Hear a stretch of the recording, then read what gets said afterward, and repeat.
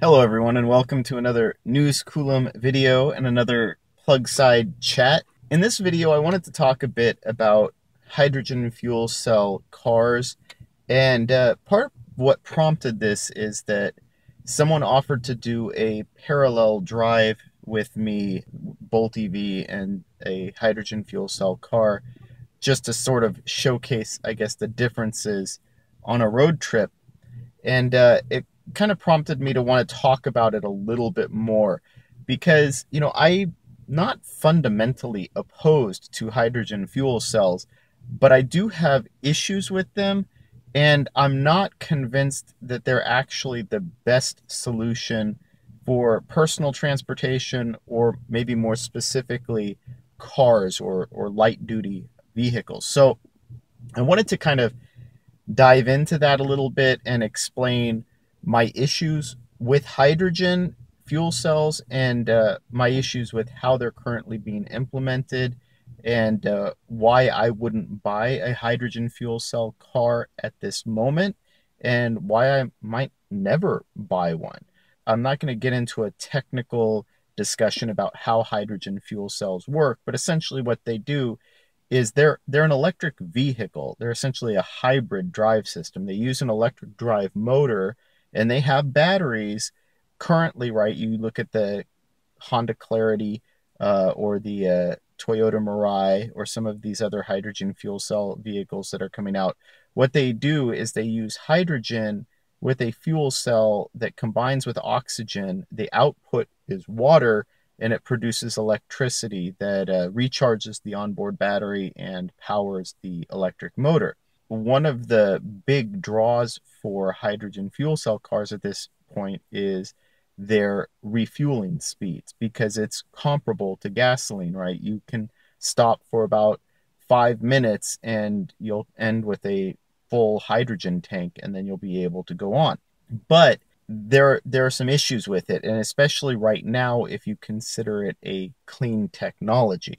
Now, they're about twice as clean as an internal combustion engine vehicle is in terms of greenhouse gas emissions, but they're only about half as clean as a current electric vehicle.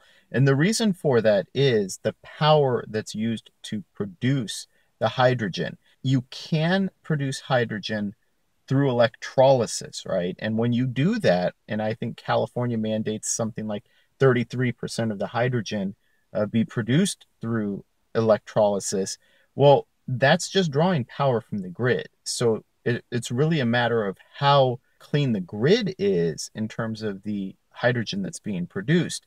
And because electrolysis is a far less efficient process than simply filling a battery with electricity, it's actually dirtier than an electric vehicle would be using the same exact grid power. But the problem is the other two-thirds of that hydrogen typically comes from what's called steam reforming. What that does is it basically takes natural gas, methane, that sort of thing, and it pulls the hydrogen out. But the problem is it produces carbon dioxide. So the entire process of producing hydrogen is dirty by comparison to something like an electric vehicle. So it's not necessarily a cleaner solution. And hydrogen fuel cell vehicles will not be as clean as electric until our grid power is 100% renewable. There is going to be a trade-off there.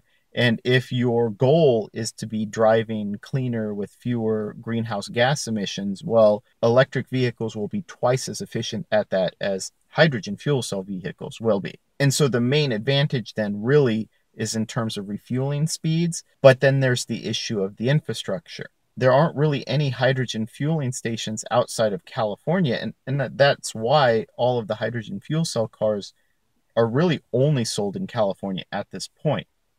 So if you want to drive outside of the state, you're not going to be able to. So even several trips that I've taken in my Bolt EV, well, a hydrogen fuel cell car couldn't even make those journeys. So a 2-day trip to the north rim of the Grand Canyon that I took in my Bolt EV, a hydrogen fuel cell car couldn't get there, period. If you do what I do and you like to travel and you like to go outside of the state, it's not going to be an option for you. To be fair, That could be said about electric vehicles, prior to about 5 or 6 years ago. If you wanted to drive outside of the state, it would be very, very slow going. It wouldn't really be the kind of travel that anybody in a internal combustion engine car would ever be accustomed to. The fact is, though, you could still do it in an electric car. And that brings me to my biggest issue with the hydrogen fuel cell vehicles is the dependency that they create. So while the infrastructure could be built out to allow hydrogen fuel cell vehicles to drive wherever you want in the country, the fueling could get cleaner and produce less greenhouse gases. The bigger issue to me is that it's this dependency on a network when really what you're driving is an electric car. So I would have far more interest in hydrogen fuel cell cars if they had some sort of an option for a plug-in, essentially operating like the Chevy Volt or the BMW i3, where it is an electric vehicle that plugs in, you can recharge 50 to 80 to 100 miles of electric range, and your hydrogen fuel cell is only a backup range extender. At that point, 90-95% of your driving would be done off of grid power that's, like I said, twice as clean as the hydrogen, and you're doing it at home, and you don't need any of this infrastructure to be built out. However, if you do want to take a long trip, then you can do so, and your trip times will be very similar to that of an internal combustion engine vehicle, 400, 500 miles. And then this gets to that other point, is part of why I couldn't use a hydrogen fuel cell vehicle is if I made my regular 500-mile trip up to see my family, I could drive up there just fine, and I could drive back just fine. The problem is I would have a large paperweight in my driveway that would have to sit there because it wouldn't be capable of doing any of the other traveling or driving while I'm up there. Because I'm 100 miles north of a hydrogen fueling station, that car just basically has to sit there until I can drive it back. And it makes it so it wouldn't be useful in that area if it were your primary car, because you can't drive 180 miles out of your way just to fill up a tank so that you can drive around town locally. That just doesn't make sense. But if that infrastructure were built out, then sure, it would be capable, but why? When you could just plug in and get your daily regular driving needs met with power from your own garage. And so, like I said, that's my big issue with hydrogen fuel cells. And then, of course, there's the question of, are they even necessary? And like I said, I don't think they are for personal transportation needs. And one of the reasons I say that is, the person who's offering to do the parallel drive, I would also like to invite a friend along who could also do the same trip with their Tesla Model 3. And part of the reason for doing that is I know this person's intent is to prove that a hydrogen fuel cell car is faster on a 500 or 600 mile trip than an EV. But to point out the Bolt EV, which is capable and is competent, well, why would you do that when basically Tesla has set a new bar in terms of the trip speeds that you're capable of making? The Tesla Model 3, I'm not interested in it right now, but that has more to do with philosophy of the company and principles and things of that nature. But when you look at it functionally, the Model 3 right now is the best long distance electric vehicle available. And I'm not actually convinced that a hydrogen fuel cell vehicle is significantly faster than the Model 3 right now for a 500, 600, 700 mile drive. So it would be interesting if we actually provided a real comparison between those vehicles. Because really, if you look at something like a Toyota Mirai and compare it to a Tesla Model 3 long range, their trip speeds are going to be very, very similar. They're almost the same weight. And it makes you wonder, well, why is it you have these two cars that are largely equivalent in their functionality, but one requires a infrastructure that hasn't been built out yet, and even when it is built out, creates a dependency because you can't recharge your electric car at home. So I do have a lot of issues with hydrogen fuel cell vehicles for those reasons. Like I said, I'm not fundamentally against the technology. I would like to see it develop. I'd like to see it improve. But until hydrogen fuel cell vehicles can be plugged in at home and use like a Volt or an i3, then I just don't see the case for them.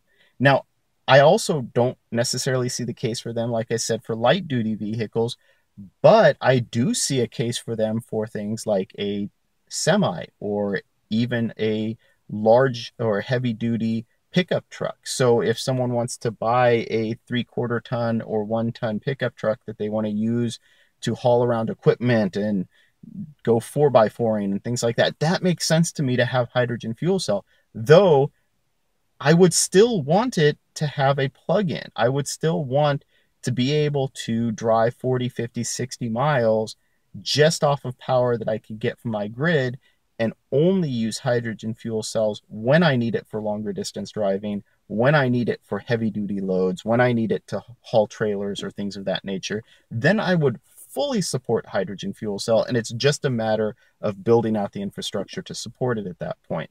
And then, of course, cleaning up the grid so that the hydrogen actually comes from a cleaner source. But that's kind of where I stand right now on hydrogen fuel cells. I'd love to hear what you think. What do you think of the Mirai or the Clarity? What do you think of some of the hydrogen fuel cell vehicles that are, upcoming? What do you think about the idea of using hydrogen fuel cells maybe for industrial purposes or heavy duty applications as opposed to personal transportation like a car? If you enjoyed this video, please like and subscribe. It really does help out the channel. And thank you for watching.